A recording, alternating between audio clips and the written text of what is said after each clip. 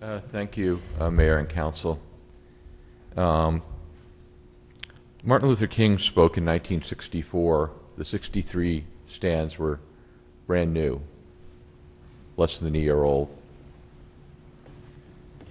At that moment in our city's history, Mayor Bob Carr was in charge and making difficult decisions about integrating the city.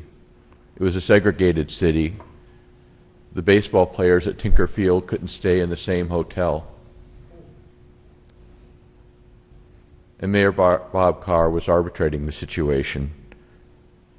Reverend Nelson Pinder had an NAACP youth group that had held sit-ins a year or two before, but it wasn't covered in the Orlando Sentinel because of the Sentinel's policy.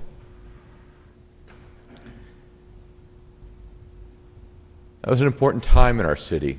Our city made a decisive decision to move forward with integration, to become a diverse city, to welcome international visitors. That's part of our business. We heard today in the airport presentation about 2 million international visitors. The Sentinel this weekend had an article about our increasing diversity of our population. We need to understand that when we had a world historical visitor come to our city and hold a public event at a critical moment in our city's history, that's worth commemorating. That's worth saving those stands. We can get funds from the federal government. We have a president who would not be in the White House were it not for the civil rights movement and Martin Luther King, and he has referred to that over and over again, particularly when speaking to audiences abroad. We have a responsibility, and we need to live up to our responsibility in this structure. It's a matter of dollars. It always is. But these are dollars worth spending, and we can get the federal funds. We have an African-American president who owes his presidency to the civil rights movement.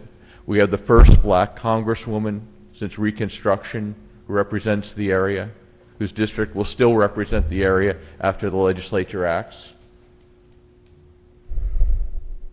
The time is now. I don't think we should worry about, oh, the demolition people are over at the Citrus Bowl.